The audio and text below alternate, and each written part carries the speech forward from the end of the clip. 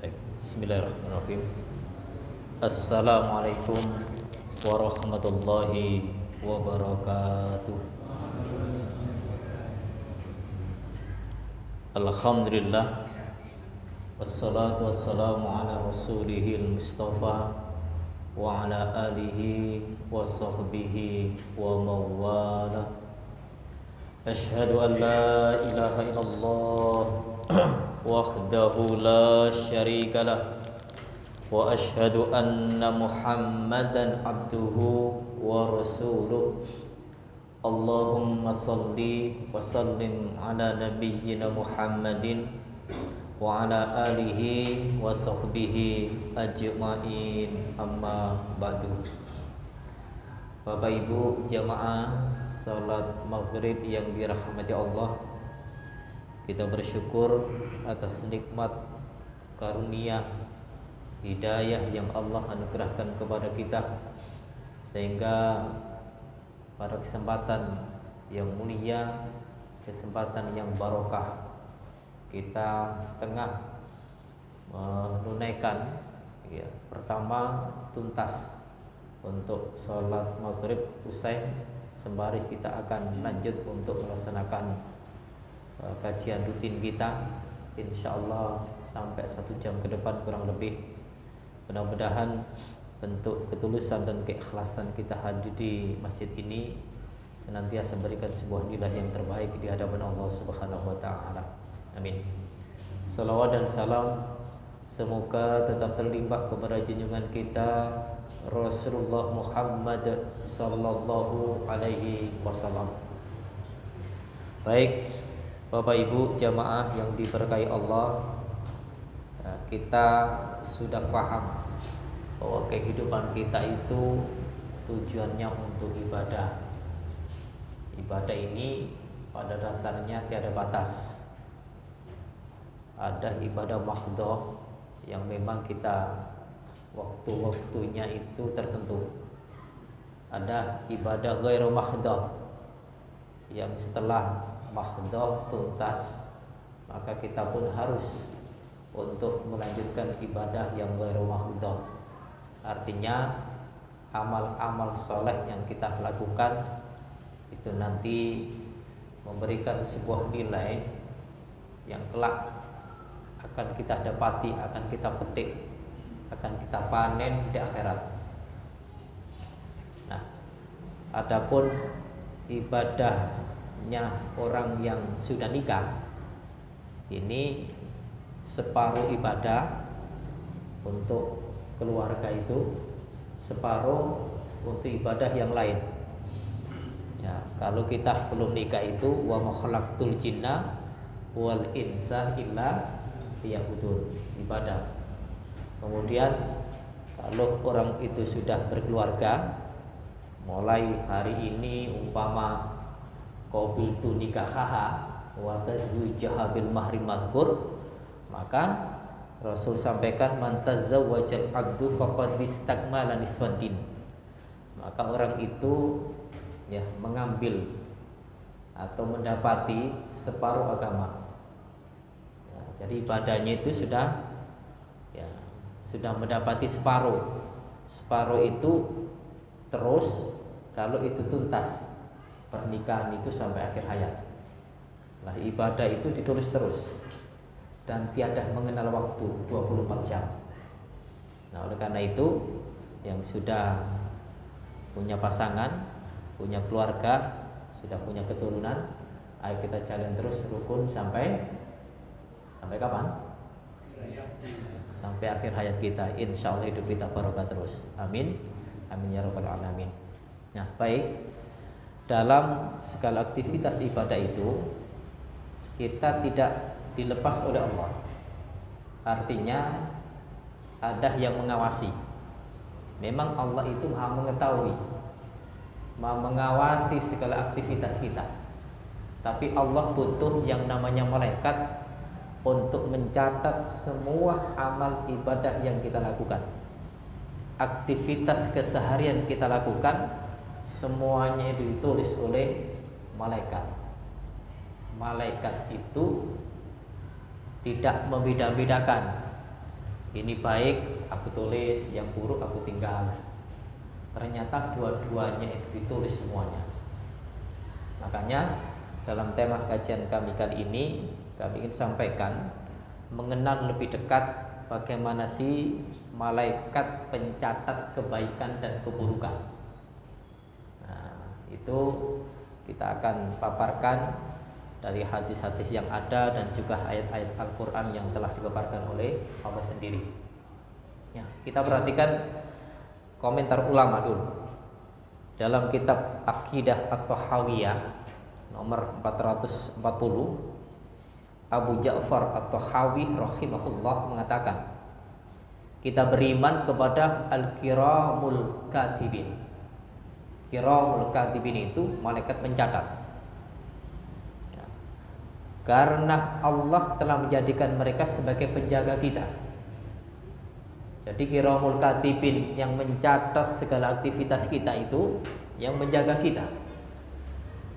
Ketika kita itu merenungi dan meyakini bahwa segala amaliyah yang kita lakukan ini dijaga, ya, diamankan. Maksudnya ketika penjagaan itu diri kita itu yang meleset, ya, tidak takut akan catatan itu. Biar saya dicatat jelek, tidak apa-apa. Wah, ini berani sekali. Siapa yang bilang itu? Setan. Kalau sudah sampai sudah tidak takut untuk melakukan keburukan, maka setan masuk ke situ. Sehingga Allah katakan, am yahsabuna anna la nasma'u sirrahum wa najwahum. Apakah mereka mengira, ini orang-orang yang enggak percaya itu, bahwa kami tidak mendengar rahasia dan bisikan-bisikan mereka? Bala, sebenarnya kami mendengar. Wa rusuluna ladaihim yaktubun, dan utusan-utusan, ini para malaikat itu, utusan-utusan ini bilang kami selalu mencatat di sisi mereka. Nah, di sisi, bahasa di sisi itu bisa di samping kanan, bisa di samping kiri, ya, kemudian depan, belakang. Walaupun sebutannya depan itu berbeda, sebutannya kanan berbeda, tapi kalau sudah di sisi, ini nanti akan dijelaskan lagi sisi mana gitu. Nah, sehingga kalau kita membahas masalah ini, maka insya Allah ketika batin kita itu merespon, ya, dengan rasa keyakinan yang utuh, insya Allah bahwa hidup kita itu akan hati-hati untuk melangkahkan kaki ini dalam rangka memang tujuan hidup itu adalah untuk ibadah. Kita perhatikan lagi. Wa kullu insanin alzamnahu ta'irahu fi unuqihi. Dan tiap-tiap manusia itu telah kami tetapkan amal perbuatannya sebagaimana tetapnya kalung pada lehernya. Jadi setiap manusia kita itu ada kalung. Walaupun nanti maknanya itu sebagai kata kiasan, tapi ujung-ujungnya nanti akan ditunjukkan oleh Allah. Buku catatan amal itu, ya, apa itu? Telah tetap ada pada leher setiap manusia. Wa nukhriju lahu yaumal qiyamah, dan kami keluarkan nanti pada hari kiamat kitaban yalqahu mansyura. Nah, ini sebuah kitab yang dijumpainya terbuka. Jadi kitabnya itu terbuka. Catatan yang setiap hari ditulis oleh malaikat itu ketika nanti hari kiamat dibuka, dibentangkan. Kalau kita itu setelah ujian di sekolah itu kan dapat rapot. Rapotnya kan hanya ujian saja saat itu. Tapi untuk rapotnya manusia, dari pencatatan amal untuk melakukan kebaikan ditulis, melakukan keburukan ditulis. Itu dari sejak balik. Ya, karena pada satu hadis rufi'al qalamu an salasatin anin naimi hatta yastaqidah wa an majnun hatta yaqila wa nisabi hatta yahtalima. Jadi rufi'al qalam, diangkat pena. Ya, artinya tidak ditulis. Bagi siapa? Bagi anak kecil. Anak kecil yang belum balik tidak ditulis. Tapi kalau sudah balik ditulis. Ya, dari situlah tulisan nanti ya, akan selesai tulisan ini kalau orang itu sudah wafat, sudah meninggal, maka tulisannya sudah ya, tidak ada lagi. Makanya idza matal insan inqata'a amalu. Ketika manusia itu meninggal, maka amalnya terputus sudah. Ya, tidak akan dapat illa min salasin itu, kecuali 3 kan ya. Nah, kita tidak bahas itu. Artinya kita sudah meyakini bahwa catatan amaliyah yang kita lakukan itu telah ditulis dan nanti akan ditunjukkan buku itu dalam keadaan terbuka. Kalau buku rapot itu lembaran bukanya seperti ini. Tapi kalau buku catatan amal manusia itu, nanti kita akan ketahui seberapa luasnya catatan itu. Nah, nanti kita akan ketahui hadisnya. Ayat yang lanjut tadi surat Al-Isra ayat 13, sekarang 14. Iqra kitabak kafa binafsikal yaum alaika hasiba. Bacalah kitabmu. Cukuplah dirimu sendiri pada waktu ini sebagai penghisab terhadapmu. Jadi setiap manusia nanti akan diminta untuk membaca ya, hasil dari amal yang dilakukan selama hidup itu. Membaca. Yang kalau dulu itu tidak pernah sekolah, mungkin ya Rob, saya dulu nggak pernah sekolah, mana bisa baca. Nah, mana bisa baca, nanti akan semua berubah kondisinya. Artinya disaksikan oleh diri sendiri, diperintah oleh Allah membaca, maka akan bisa membaca. Ya, nggak sekolah bisa baca. Walaupun sekolahnya itu sering kelimputan, balik sekolah, balik meliput, tapi gak tahu meliput. Tetap dikongkon mau mocok, dan itu bisa. Gitu. Makanya tidak bisa kita itu logika. Kadang orang itu kan menyampaikan di alam barzah itu kan ditanya 3 pokok pertanyaan.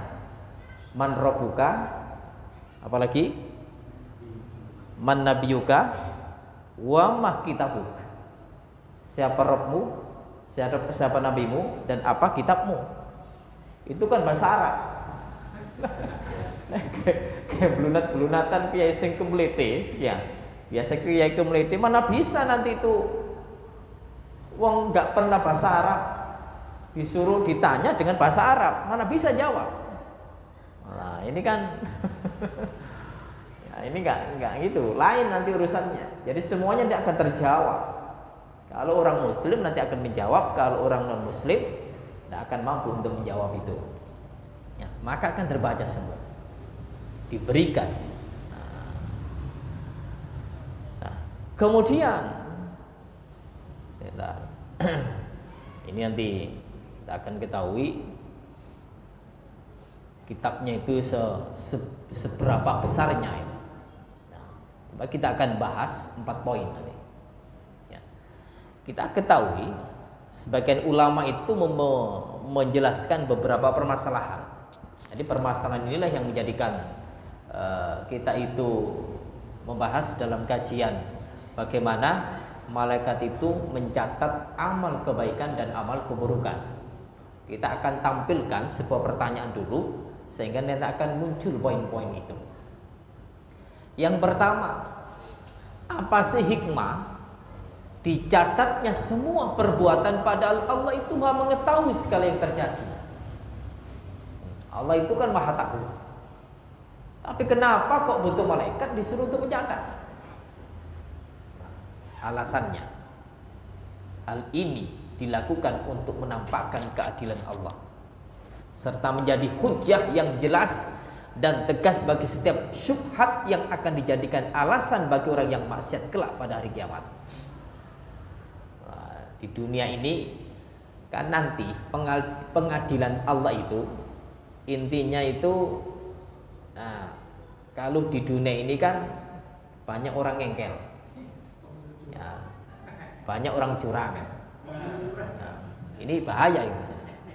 Nah, curangnya dan ngengkelnya di dunia itu masih tertutupi. Nah, kan ngoten dia. Tapi kalau orang-orang baik tidak akan terima. Saya terus akan selesaikan seadil-adilnya.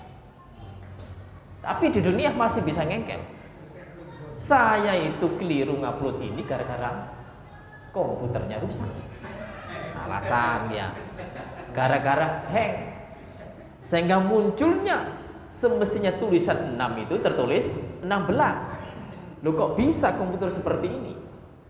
Nah, ini logika-logika. Nah, di dunia masih bisa cari alasan, karena alas itu luas, cari alas lebih luas lagi gitu loh. Lah di sana sudah tidak berdaya gitu loh. Karena orang yang ngengkel, orang cari alasan itu didukung oleh setan. Di sana setan sudah tidak ada. Jadi semuanya kejujuran pengakuan itu segalanya terwujud. Dan nanti seandainya terjadi seperti itu, akan menjadi bukti inilah keadilan Allah. Ini Anda jam sekian itu melakukan perbuatan baik tertulis, dan akan dirasakan oleh orang itu, iya. Dan tidak ada orang itu tidak mengakui kemudian bohong, sudah tertutup semua. Al-yauma nakhtimu ala afwahihim wa tukallimuna aydihim wa tashhadu arjuluhum bima kanu yaksibun. Mulut nanti itu dikunci oleh Allah. Kalau sekarang kuncinya kan pakai solasi, ya, lakban, tidak bisa bicara. Tapi sana itu nanti mulutnya tetap terwujud, tapi tidak bisa bicara. Yang bicara itu wa tukallimuna aydihim, tangan nanti yang berbicara. Tangan nanti akan berbicara. Wa tashhadu arjuluhum, dan kaki itu yang menjadi saksi. Kamu dulu dijaga di pos mana? Ayo ditanya. Kaki jawab, iya, saya pos 1. Gitu kan, di pos 1. Kamu berapa? Pos 2. Kamu berapa? 3. Jadi kakinya itu yang menjawab, iya Rob, saya memang tugasnya di pos ini. Jawab semua. Tangannya yang jawab, kakinya yang jadi saksi. Mulutnya diam.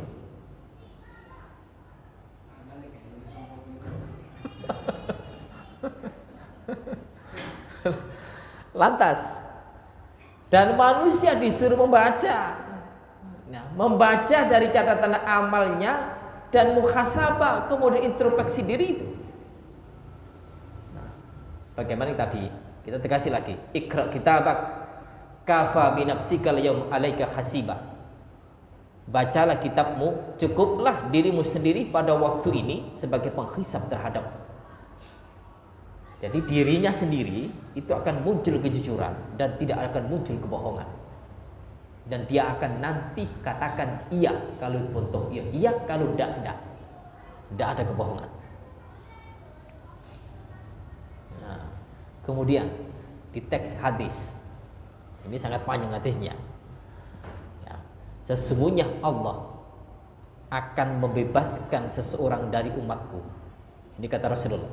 Sesungguhnya Allah akan membebaskan seseorang dari umatku di hadapan seluruh makhluk pada hari kiamat. Lalu dibukakan kepadanya 99 catatan amal. Jadi ada file, ada dokumen yang berjumlah 99. Dibukakan kepada orang itu setiap catatan sejauh mata memandang. Insyaallah. Umpama buku Satu tadi dibuka itu sejauh mata memandang. Dan rumiyin bek menawi meripati buruk ya.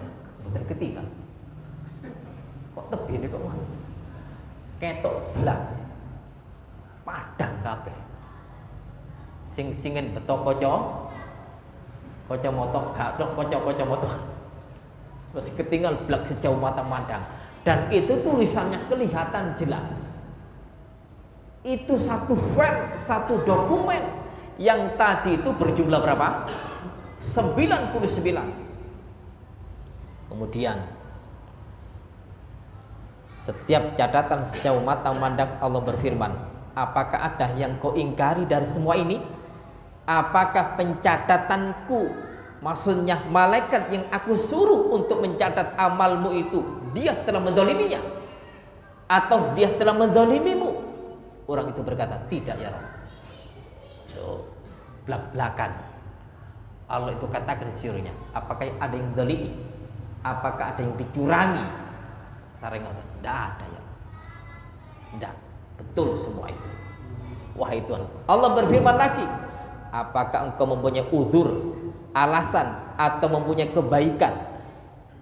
Itu artinya ada kebaikan kemudian yang tidak tertulis. Orang itu pun tercengang dan berkata, maksudnya tidak ada gitu, tidak ada kebaikan. Allah lanjutkan, tidak wahai Rabb. Allah berfirman, bahkan engkau di sisi kami mempunyai satu kebaikan. Loh ini, jadi orang itu merasa tidak punya kebaikan, tapi Allah mengatakan tidak, pada dirimu ada satu kebaikan. Ini kata Allah, ada satu kebaikan, tidak ada kezaliman terhadapmu pada hari ini. Lalu dikeluarkanlah padanya sebuah kartu yang terkenal dalam hadis itu. Inilah hadis bitaqah. Hadis bitaqah itu satu kartu yang tertulis asyhadu alla ilaha illallah wa asyhadu anna muhammadan wa asyhadu anna muhammadan abduhu wa rasul. Satu bitaqah ini, aku bersaksi bahwasanya tidak ada Tuhan yang berhak diibadahi selain Allah, dan aku bersaksi bahwasanya Muhammad adalah hambanya dan utusannya. Allah berfirman, perlihatkan kepadanya. Orang itu berkata, wahai Rabb, apalah artinya kartu ini dengan seluruh catatan amal kejelekan? Artinya tadi dibukakan seluruh file yang berjumlah 99 dokumen itu, dibentangkan sekian jauhnya sejauh mata mandang. Kemudian ada satu bitaqah. Inilah yang akan menyelamatkan orang itu. Dan Allah berikan saat itu, ketika orang itu mengakui akan kesalahan semuanya dan tidak ada kebaikan semuanya, tapi Allah beri, Allah tunjukkan bahwa engkau punya kebaikan. Lalu Allah berfirman, perlihatkan kepadanya. Orang itu berkata, wahai Rabb, apalah artinya kartu catatan amal ini? Dikatakan sesungguhnya engkau tidak akan dizalimi. Nabi SAW lalu letakkanlah catatan-catatan amal kejelekan itu di satu daun timbangan. Ternyata catatan-catatan itu ringan, dan karena itulah yang jauh lebih berat. Artinya bahwa keburukan yang sekian banyak, ada satu bitaqah yang Allah beri, ditimbang itu ternyata catatan buruk tadi ringan, sementara bitaqah satu nilai kualitas besar, yaitu syahadatain. Itulah yang menguatkan orang itu bahwa dia memiliki sebuah kebaikan.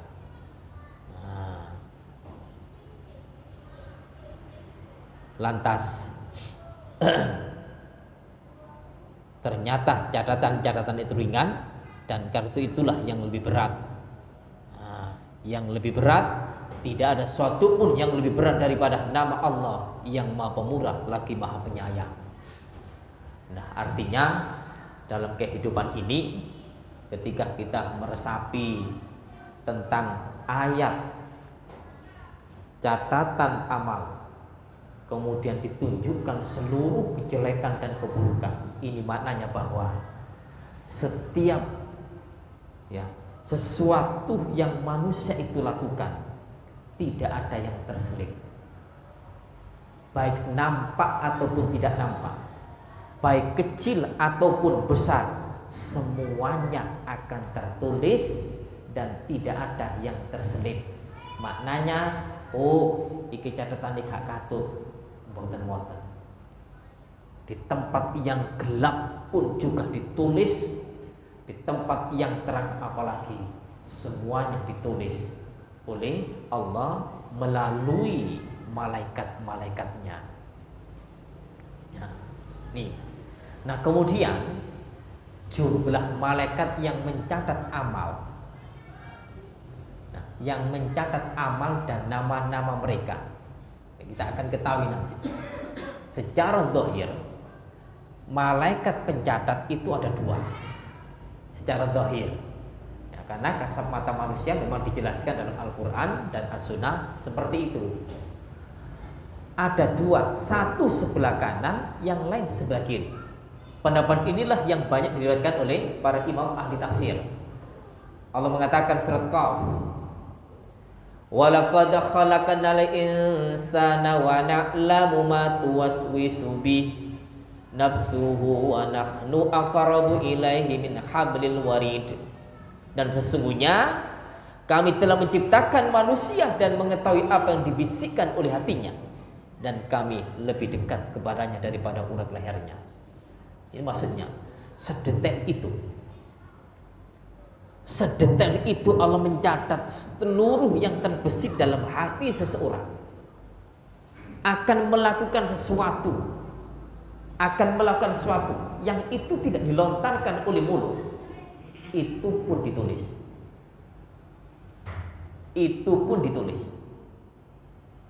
Bahkan dalam satu riwayat yang sahih, seseorang punya niatan untuk melakukan amal baik, tidak jadi, tapi niatannya sudah kuat.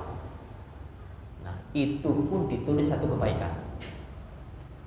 Maaf, contoh, ingin mendengarkan pengajian, ternyata ada musibah, tidak jadi berangkat, maka karena niat kuatnya tadi ditulis satu kebaikan. Tapi kalau niatnya itu tergoda, nggak jadi untuk melakukan kebaikan, maka tidak ditulis. Inilah enaknya kita itu, melakukan kebaikan tidak jadi, tapi nggak ada uzur, maka tidak ditulis. Untuk niat melakukan kejahatan dan jadi kejahatan itu ditulis satu, tapi nanti lihat bobotnya. Nah, tulis satu dulu kejahatan itu. Tapi ada kejahatan yang ditulis lebih besar kalau kejahatan itu dilakukan di tanah haram. Itu lebih besar daripada kejahatan yang dilakukan di tanah halal. Kemudian niat kejahatan itu tidak jadi, tidak ditulis. Nah, kan enak kan ya? Kalau kebaikan tidak jadi, ya ada uzur ditulis. Keburukan tidak jadi, tidak ditulis. Tapi ingat, nggak jadinya melakukan kejahatan keburukan itu takut karena Allah, ini baru tulis. Nek kapan orang-orang hati-hati, arep nanti awak, arep juga sepeda, iki sepeda sama, iko ngomong pada terawih, tak cukup sepeda sing api, karena ini hati-hati loh, ono sing jogo bocor iko, wedi ambek sing jogo gak sido jogo, gak ditulis apa? Gak ditulis nih. Gak jadinya itu harus takut karena Allah, bukan takut karena manusia. Nah, itu harus seperti itu pemanaannya. Nah, baik, kita kembali. Malaikatnya ini. Dan dalam surat Qaf ayat 17, "Id yatalaqqal mutalaqqiyani 'anil yamini wa 'anil shimali qa'id." Yaitu ketika 2 orang malaikat mencatat amal perbuatan, seorang duduk di sebelah kanan dan yang lain duduk di sebelah kiri. Jadi duduk sebelah kanan, sebelah kiri. Kita lihat tidak kelihatan. Dan ini iman yang harus kita yakini. Dan ini sudah permanen, sudah tetap.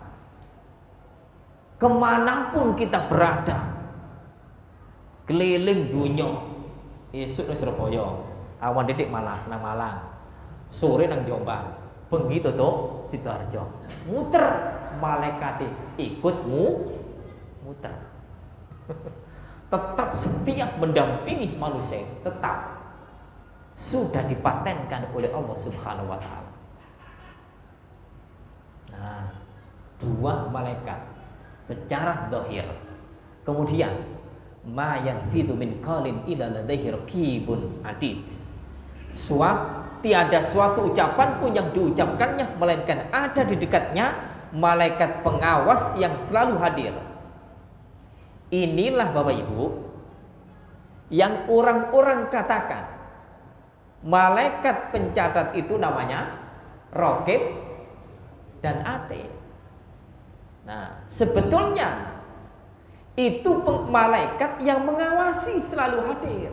Ini bukan nama gitu loh. Bukan nama. Nah, raqib atid itu malaikat yang hadir selalu mencatat amal baik dan buruk kita. Terus ditulis. Nah, ini kalau namanya itu korinnya manusia itu kan lahir, Allah titipkan korin jin itu loh, kemudian meninggal, selesai. Itu korin. Tapi korin itu kan ya tidak ngajak kepada kebaikan, tapi awas, hati-hati ya, desas-desus dalam jiwa kita. Kalau kita tidak mendapatkan petunjuk, nah, korin itu akan mendesak kita. Arep nang diawak urung ngaji, ojo. Ola apa? Dilukas udan. Goda terus. Kita tidak terasa. Tapi godaan itu akan terhenti ketika lafaz kita, ucapan kita, zikir kita Allah. Kita lebih dekat kepada Allah, maka korin itu tak akan berhenti. Walaupun nanti ada jin-jin lain, penggoda setan-setan itu juga menggoda yang lain. Karena banyak kita itu, kehidupan kita digoda oleh mereka. Nah, ini selalu dicatat ucapan kita, baik yang ada pada batin kita, dikumrentek tok. Nah, kumrentek tok, wong iku rek. Paling-paling kate juga sepedaku paling. Lho, iki wis seru malaikat itu. Padahal dalam hati. Atau kita ingin berbuat baik kepada orang itu. Saya ingin ngasih orang itu. Kok orangnya kemana ini? Dalam hati itu pun sudah tahu oleh malaikat itu. Nah, jadi ini malaikat itu berada di samping kanan dan samping kiri, pencatat amal baik dan amal buruk. Segala kebaikan yang kita lakukan sudah dipilih, diketahui oleh malaikat, ditulis. Keburukan pun juga ditulis. Tidak ada yang terselip.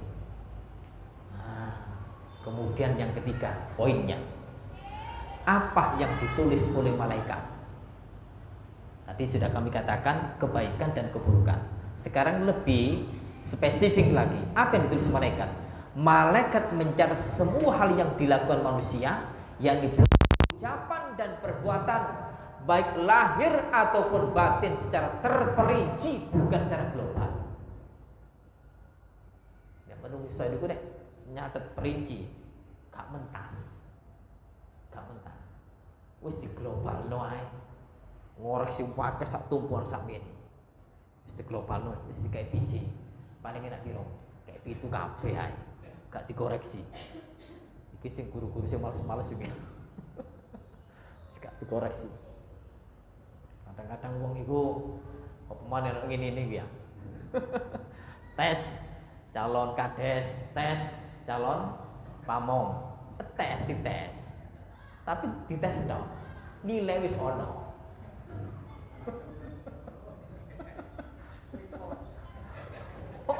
Wonten model ngene. Jadi nilai ku wis disetorno nang kepala desa. Sebabnya apa? Duitnya wis gede. Aku melok tes melok percuma. Wonge sing dadi ku wis ana. Ana apa ora ngoten niku? Model kene dunya niku.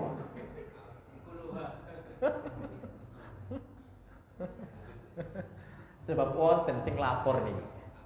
Makanya kalau matur ngeten iki gara-gara krungu wonten.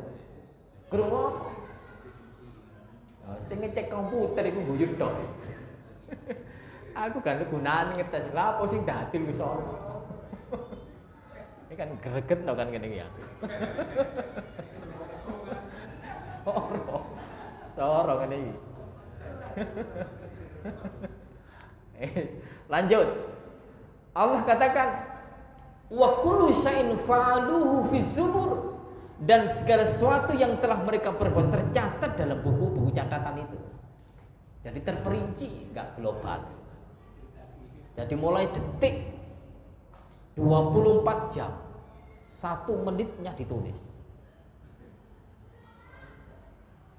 Dan memang kegiatannya, pekerjaannya malaikat itu tugasnya itu. Bagi yang tugas ini. Yang lain ada tugas lain lagi.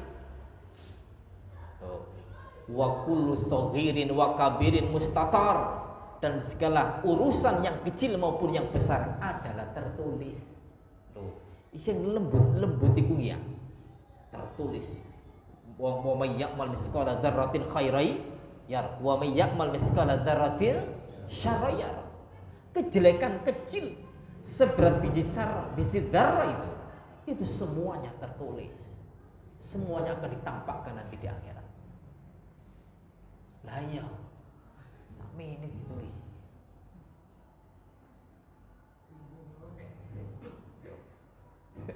Nek ana dunya gini, kok koper iki ya. Nek menungso kadang-kadang gak koper. Nah ini, Masya Allah. Nah, sampai amalan baik kita ini. Ini yang kami tunjukkan dalam satu hadis.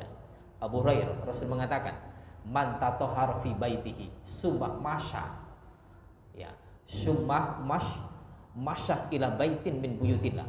Siapa yang bersuci, wudu dulu dari rumahnya, jalan kaki menuju rumah Allah. Liyaqdhiya faridatan min faraidillah, untuk menunaikan fardu yang Allah wajibkan. Kanat khutuwatahu ikhdahuma tahutu khati'atan wal ukhra tarfa'u darajatan. Dene kapane berangkat ke masjid nggih kriya. Satu langkah. Nah, itu satu kebaikan untuk kaki kanan. Yang kaki kiri, nah untuk napa? Menghilangkan, menghapus satu keburukan. Satu langkah. Lah nek langkah tak ndek-ndekno. Tetep. Langkah tak dawakno ditulis siji. Tak ndekno ya ditulis siji. Ora apa biasa. Nah, ini langkah-langkah kita ditulis seperti itu. Jadi tidak ada yang terselip, yang besar dan yang kecil, yang tidak kelihatan dan kelihatan. Nah itu nampak semua. Nah ini yang terakhir. Untuk hadisnya tadi sebetulnya sama. Ya, sebetulnya sama, bahwa kalau kita perhatikan di hadis yang lain juga ada beberapa sahabat itu yang rumahnya jauh dari masjid. Ya, justru mereka ingin menetap di tempat yang jauh itu. Tapi ada juga yang jauh kepingin yang dekat. Ya, kepingin yang dekat. Lho pripun carane sing ado didol ditukok sing lu cedhek masjid. Nah, berarti Nabi langsung tampilkan hadisnya. Satu langkah kebaikan, satu langkah kaki kanan itu bernilai satu kali kebaikan. Satu langkah kaki kiri itu akan menghilangkan satu keburukan. Maka disampaikan Rasul seperti ini, sahabat yang rumahnya jauh ingin menetap di tempat yang jauh, ingin menetap. Lah kalau orangnya itu memang dekat dengan masjid dan giat untuk melakukan ibadah di masjid, alhamdulillah. Kadang juga orang yang dekat masjid tambah aras-arasan. Nah, nek daerah mriki sih akas-akas ya. Daerah wetane dari pantai selatan itu dekat-dekat rumahnya, tapi nggak pernah ke masjid. Nah, oke. Yang terakhir ini, yang terakhir. Nah, sekarang ini muncul pertanyaan yang aneh-aneh. Yang aneh-aneh apa? Ada hadis-hadis yang dianggap bertentangan. Satu, la tadkhulu al malaika baitan fihi kalbun wala suratun. Malaikat itu tidak akan masuk ke rumah yang di situ ada anjing dan gambar. Jare wong sing melunak-lunak, malaikat kan gak gelem mlebu ya. Kalau rumah itu ada anjing dan gambar. Akhirnya apa? Dipasang anjing ambek gambar. Malaikatnya gak mlebu. Ayo maksiat nang jero.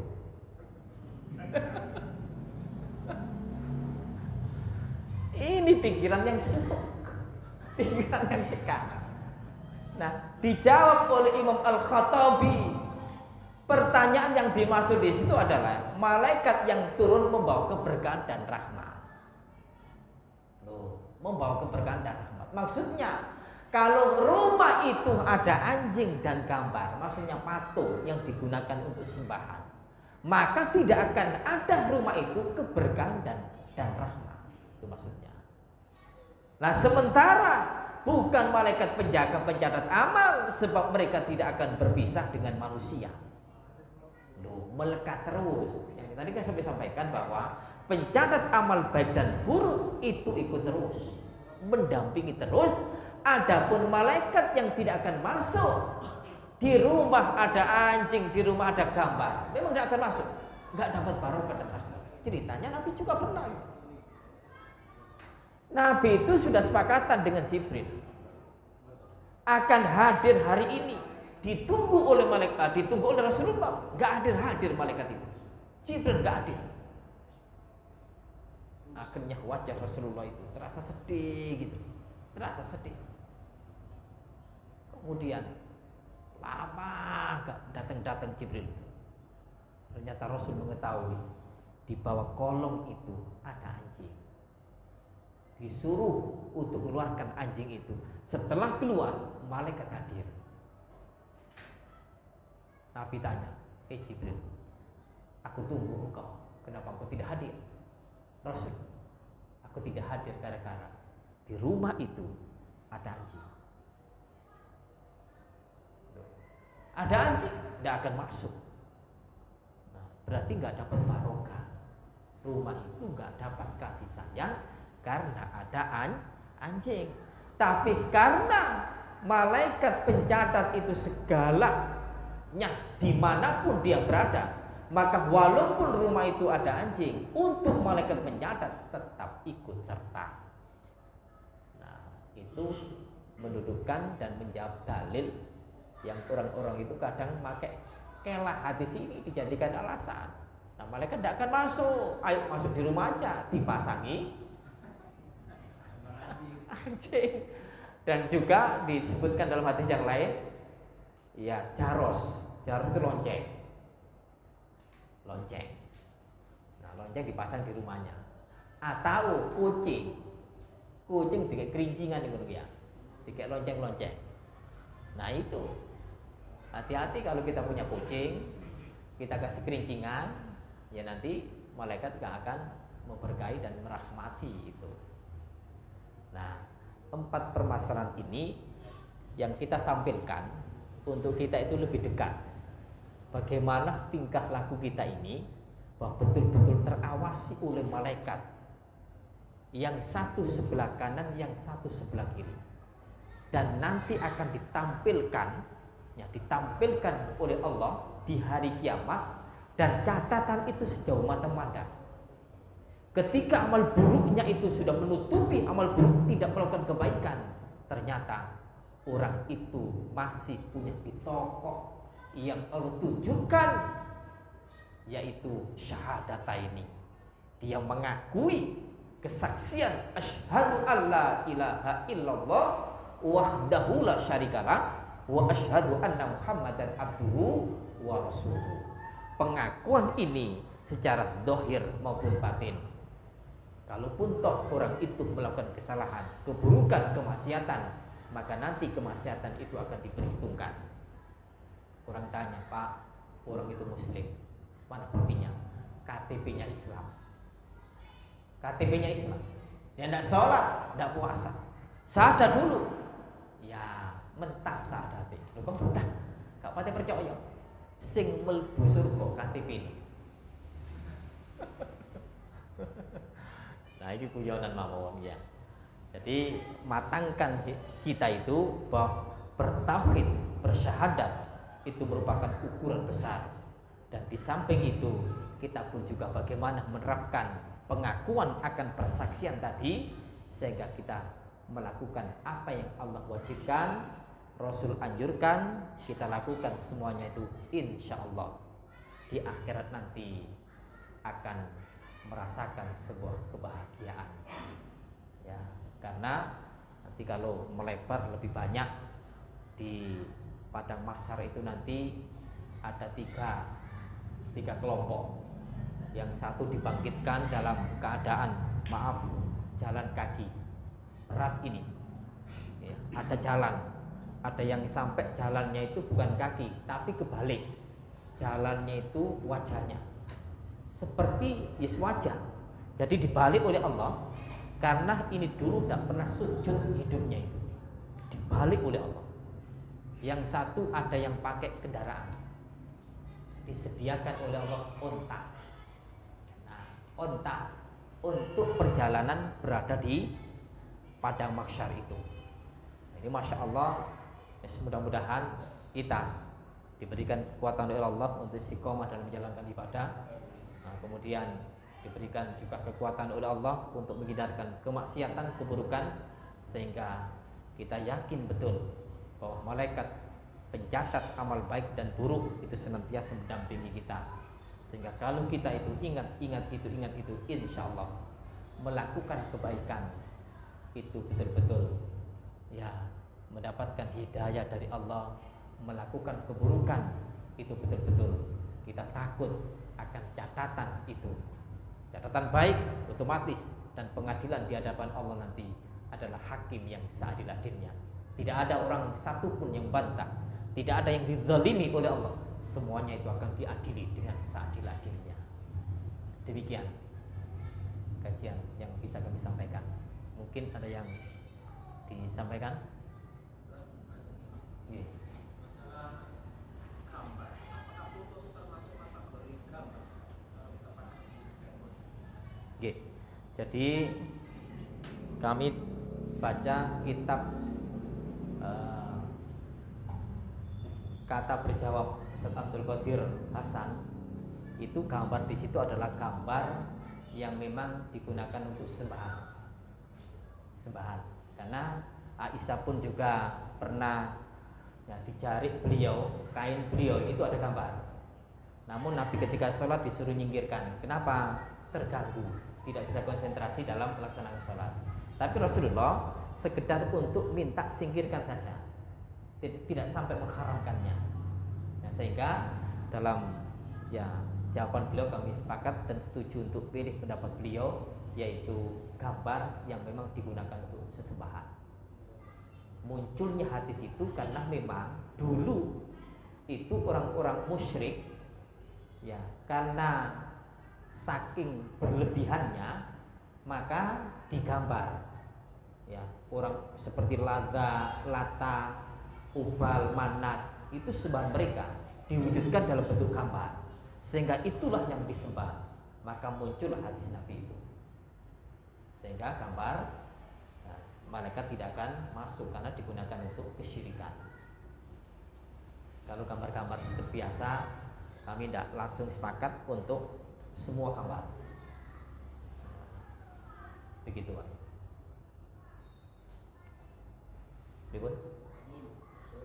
Oke. Demikian ulasan kami tentang ya pencatat amal buruk dan baik yang ditugasi oleh Allah adalah malaikat. Akhir kalam kita tutup dengan doa kafaratul majelis. Subhanakallahumma wa bihamdika asyhadu an la ilaha illa anta astaghfiruka wa atubu ilaik. Wassalamualaikum warahmatullahi wabarakatuh.